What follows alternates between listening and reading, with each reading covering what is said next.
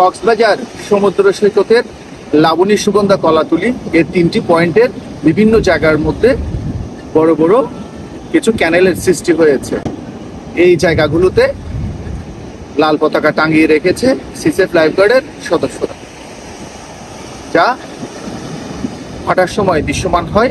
এই বড় বড় ক্যানেলগুলো যখন জোয়ারের পানিতে পরিপূর্ণ হয়ে যায় তখন কিন্তু এই ক্যানেলগুলো ভরে যায়। এই ক্যানেলগুলো পেরিয়ে পর্যটকরা যারা দূরে চলে যায় তাদেরকে লাইফগার্ড সদস্যরা যখন হুইসেল দেয় কমিউনিকেশন করে চলে আসার জন্য, তখন কিন্তু আসতে গিয়ে কিন্তু পর্যটকরা বিপদের সম্মুখীন হয়।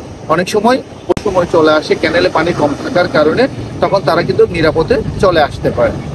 যখন লাইফগার্ডের নির্দেশনা না মেনে যখন দূরে চলে যায় বা কথা না শুনে যখন দাঁড়িয়ে থাকে, তখন কিন্তু ক্যানেলগুলো পার হতে গিয়ে যখন স্বাভাবিক চরে ছেদে ক্যানেলের মধ্যে পানির উচ্চতা থাকে কয়েক ফুট বেশি, যার ফলে পর্যটকরা দুর্ঘটনার শিকার হয়।